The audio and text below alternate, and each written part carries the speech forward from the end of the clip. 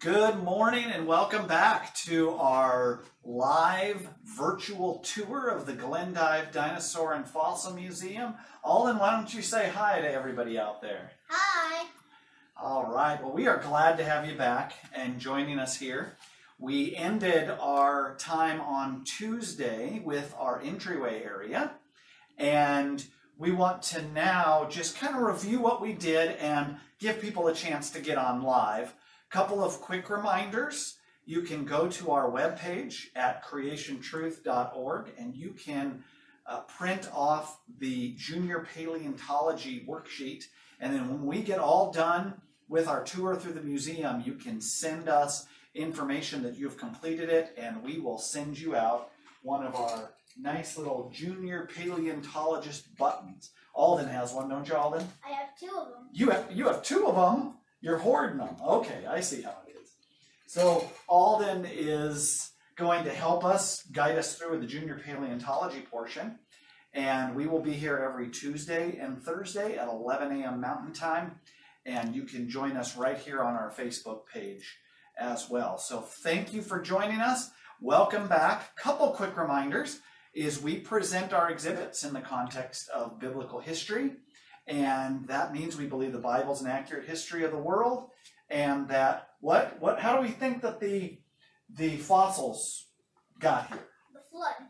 The flood, yeah. So we're going to talk about that and why the flood is a good explanation for the fossils being here. So let's just kind of review a little bit. Who is this, Alden? Stan. Stan, how did he get his name? From a person who was named Stan from North Dakota.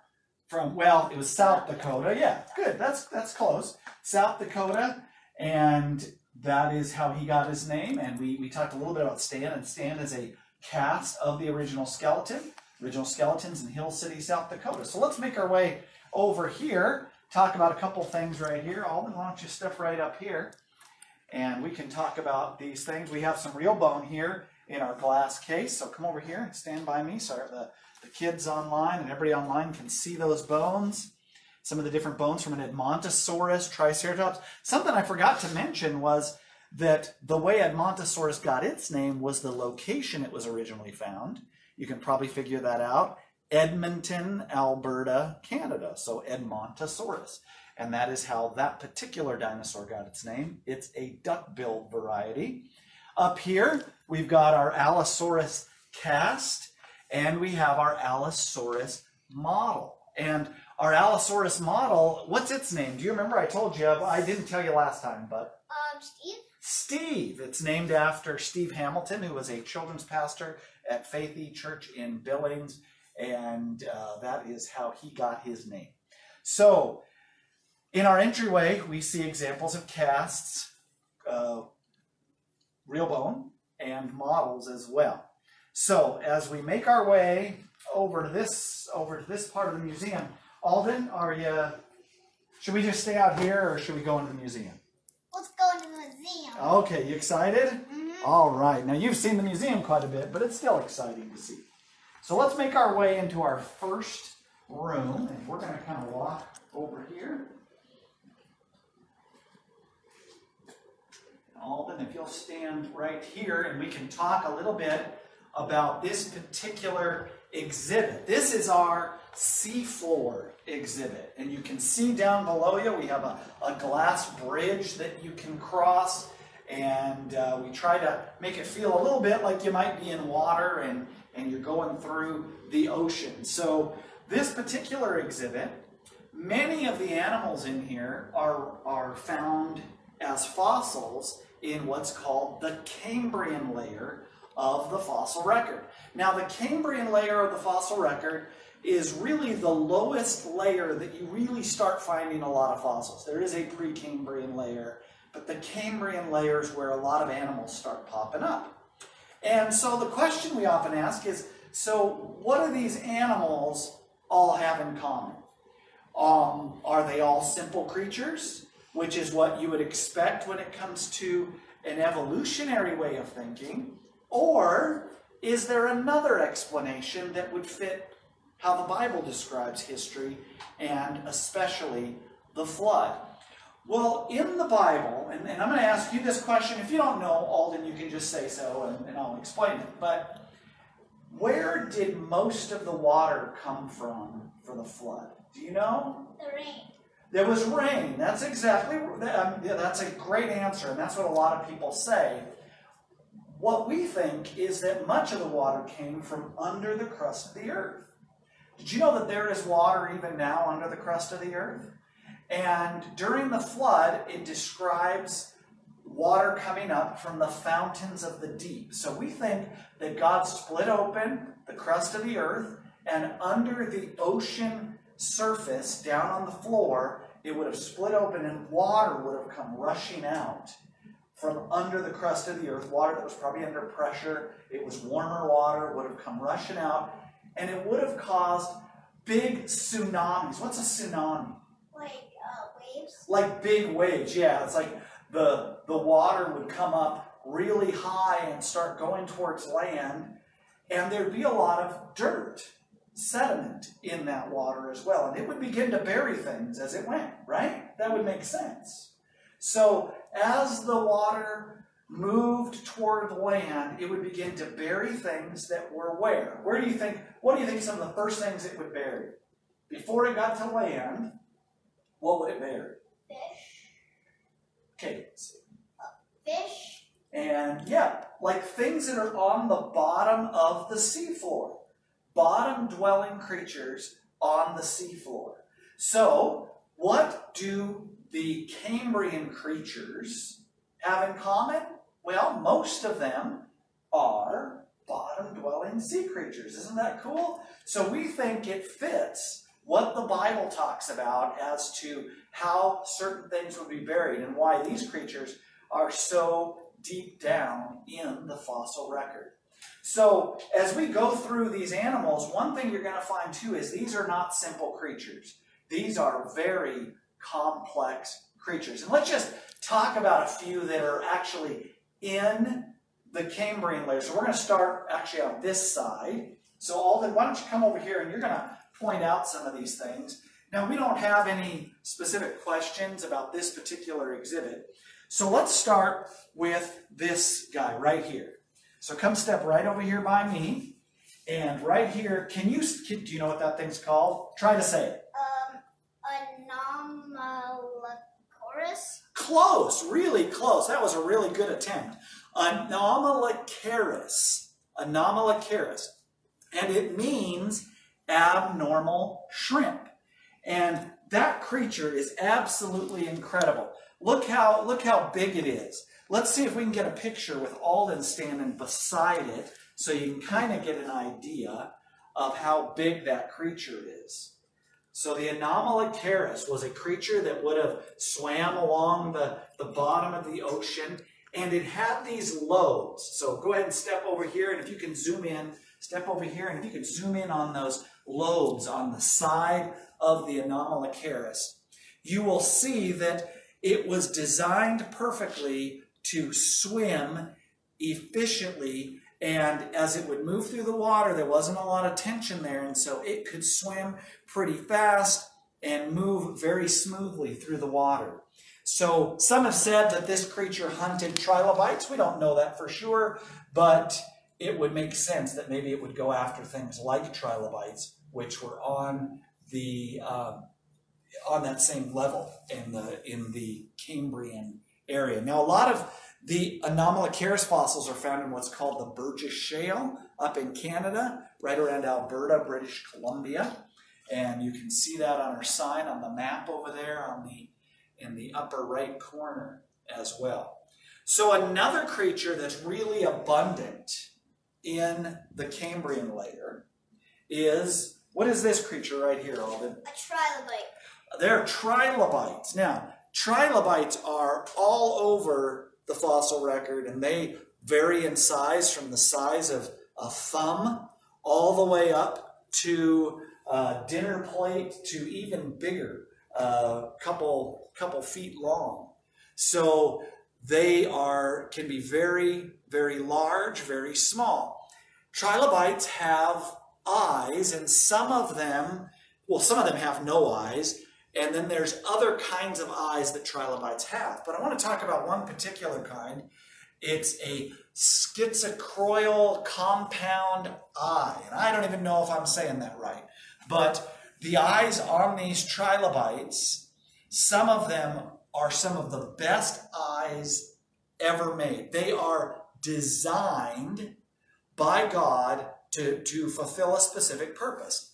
Now, when you look in the water, Alden, and you reach in to grab something that's on the bottom, is it always where you think it is? No. No, because light bends when it's going through the water into the other atmosphere that is around us. So the other medium that the light's traveling through, it bends. So it's not where you think it is. The trilobite eye could correct for that. So it could, when it looked outside the water and maybe a bird was coming along to get it, it saw the bird exactly where it was at. So it could avoid the bird getting it. Isn't that cool? Mm-hmm. Yeah, that's really neat. So the thing about the Cambrian layer is these creatures are not simple creatures. They are very complex. They just have in common that they're water creatures, most of them, on the bottom of the ocean. So that's pretty cool. I think that gives us somewhat of an explanation from the Bible as to why these creatures are found in those lower layers, right? Yeah. Okay, let's look at over this side. Let's just look at one creature over here. So stay right over here. Look at that thing down there. If you want to take a look, get a picture of that guy down there. That is an Umunosaurus, a model of an Umunosaurus. It's known as Eric the plesiosaur. And this particular Umunosaurus, the one that this is modeled off of, was actually opalized. It's a fossil skeleton that had turned into opal. And did you know, a lot of people say that opals take a long time to be made. Any gemstones or anything like that, that they take a huge amount of time to be formed. But a guy named Dr. Len Cram, who's an opal researcher, he has been able to grow opals in a matter of weeks. So it doesn't take very long to make an opal. And we think, again, this fits the flood because the flood conditions would have made it the perfect environment to form fossils because you need water, you need sediment, you need minerals, you need rapid burial. All of these things would have been perfect during the flood of Noah's day. And so we think that gives the best explanation for these fossils existing. Now, the Umunosaurus is not found in the Cambrian layer, but it is something that we have in this particular exhibit as a water creature. So come on up over this way, Alden. Okay, so let's stand right here. So are we missing anything else in this room? I mean, is there something? Well, I don't know. Maybe we should just move on. What are we missing? What is that thing? Oh my word! What is that thing? Whoa! Look up there. What do you think it is? If you didn't know what was in the other room, I know you've been in the other room. If you didn't know what was in the other room, what do you think it would be? I have no idea. You have no idea. It kind of looks like an eel or a snake or something like that. But it, in fact, let's go ahead and go in here. It, in fact, is a mosasaur tail. So look at that. Wow, that thing is huge. So let's look at your sheet here for a second, and let's look at the question, first of all, about the mosasaur. The mosasaur, there it is right there. Read that question. How long is the mosasaur? How long is the mosasaur that we have in our museum? Now, this one is named Sophie, this particular mosasaur. And if you've seen the movie Jurassic World, how many of you have seen Jurassic World? Well, in Jurassic World, one of the famous creatures is what? Mosasaur. Is a mosasaur. The mosasaur at the end of the movie Jurassic World eats the bad dinosaur, Indominus Rex. And Indominus Rex gets pushed into the water, and the mosasaur comes up and eats the Indominus Rex. Now, I want you to look at this mosasaur, Alden. Do you think that this one could swallow a T-Rex? Yeah. You think so? Look at that. Do you think that thing could swallow a T-Rex? Maybe. Well, they could eat a T-Rex by bit, but there's no way that mouth is big enough to swallow a T-Rex, right? Yeah. They couldn't even get the head in its mouth, hardly. So, in the movie, that mosasaur is about 100 feet long. Do you know how long this mosasaur is? No. Do you know? Let's go see. Let's look at the sign and see if we can figure it out. Let's see. Look, what does it say right there? How many feet? 40 feet long. So this mosasaur, Sophie, is 40 feet long. So go ahead and fill out your little junior paleontology sheet and mark 40 feet long. That is what Sophie is, and that's about as big as they find them. They found a couple that were a little bigger, but 40 feet, 41, 42, somewhere in there is about as long as they've found. So what do we know about Hollywood? They like to exaggerate, don't they? They make up stories about dinosaurs and stories about all of these different creatures. And so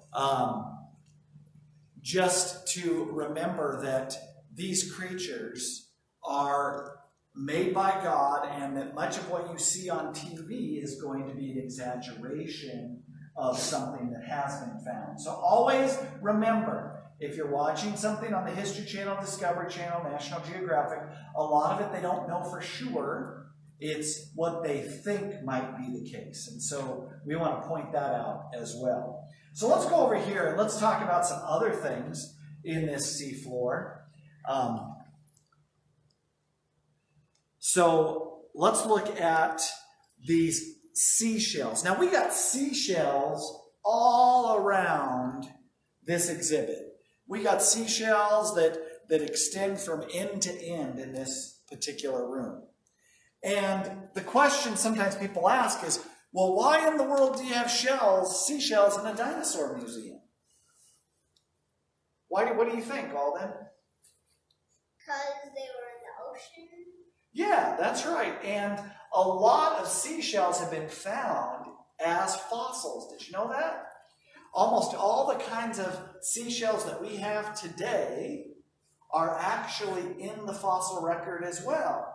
And 95% of the fossil record is made up of shallow marine organisms like seashells.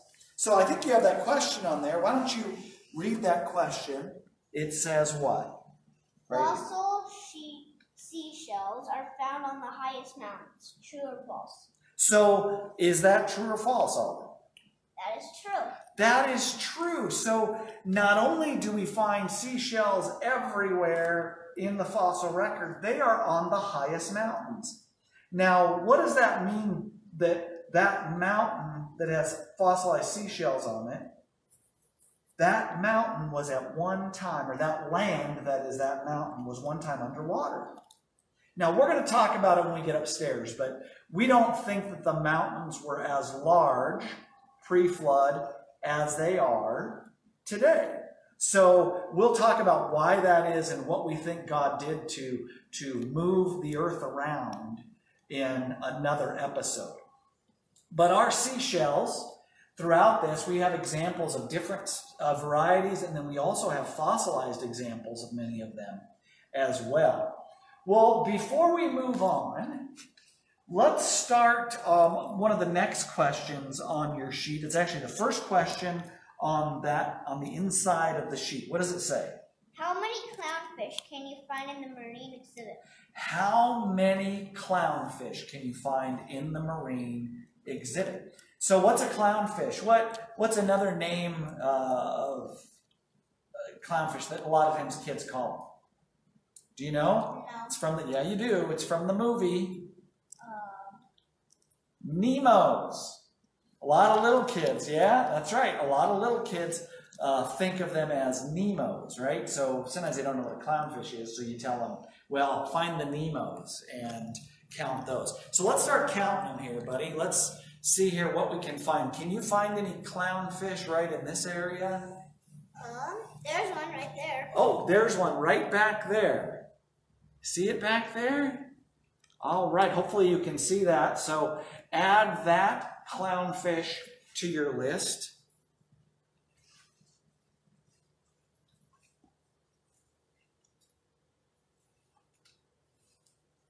There is also, and we're still looking, we're kind of looking through here.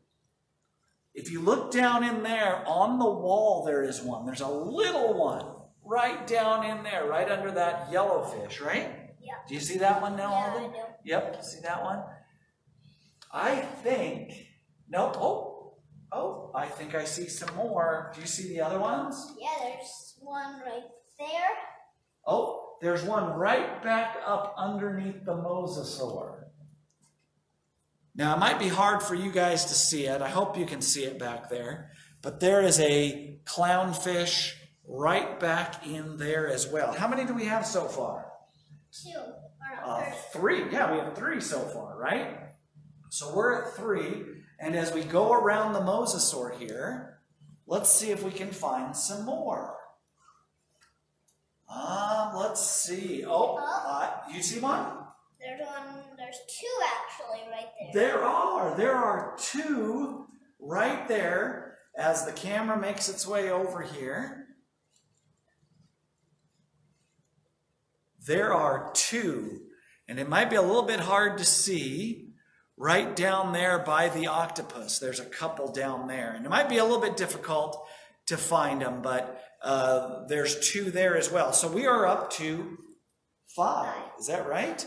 We're up to 5. Now, right over here, just as we're keeping counting, so we're at 5 clownfish, so remember that.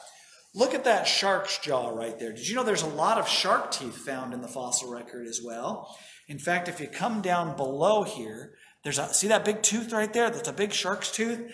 That's a megalodon tooth. Largest shark that ever lived, megalodon tooth. Really pretty amazing. That's a real megalodon tooth. And the shark jaw in the back is a real bull shark jaw. So the shark teeth, the reason there's so many shark's teeth is they're always losing their teeth. They kind of pop up from the back side, and they'll lose the teeth in front, and then there'll be another one come up to take its place. So let's keep going over here. Now, back there behind this fish, kind of next to that black and white fish, what do you see over there? What do you see over there on the wall? Clownfish. Another clownfish. Yeah, good job. Way to spot that clownfish. So what are we up to now? 6. We are up to 6 clownfish. So let's keep looking over here and looking at some of the other things in this exhibit. We have some fish called ichthyodectes. Now these fish are saltwater fish. And many times they find them in places like Kansas and Nebraska. Now, do you know of any oceans near Kansas and Nebraska? No, that's right in the middle of the United States, right? So that's a really interesting thing. And how do we explain it? Well, if you believe in long ages, some people think that there was an inland sea that went through the middle of North America. But we think that during the flood and after the flood, a lot of water settled in the middle of North America. And so you would have these things buried even in places like Kansas and Nebraska. Let's see if we can find any more clownfish. Let's see. Look back there in the corner. There's one. Do you see what? Yep, I see it. I see it. That's pretty cool. That's pretty neat. And we are up to how many now? 7 clownfish. That's pretty cool. We now have 7 clownfish that have been counted. And then as we make our way around here, this is a plesiosaur. And plesiosaurs are really cool creatures as well. and they're also a marine creature. And we find those in different spots in the fossil record as well. And as we move over here, I want to talk a little bit about this massive turtle. So if you can take a look at the turtle,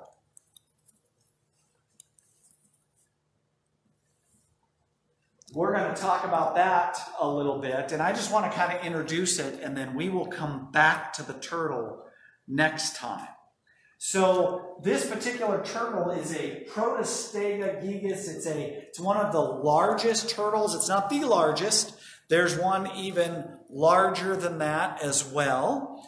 And we are going to talk more about creatures that are found in the fossil record that are a lot larger than they are today. And is there a biblical explanation for that? Well, we think there is, and I would encourage you to see if you can research that and take a look at that. But we're going to wrap things up now because we don't want to keep you for a long time today, and then we'll start our next episode right here. So, Alden, come here just for a second, and let's remind everybody, when are we going to be online? Tuesdays and Thursdays. Tuesday, at what time? You remember? 11 a.m. Mountain Time. So come back and join us, and we are excited to have you be a part of what we're doing here. Just a reminder, if during this time that we're having to be closed, if you can support us in any way financially, I encourage you to go to our webpage and click on the donate button. Also, we appreciate your prayers very much. If that's what you can do. Please pray for us. We would love to have you do that for us as well. So until next time, thank you for joining us on our virtual tour of the Glendive Dinosaur and Fossil Museum. Bye.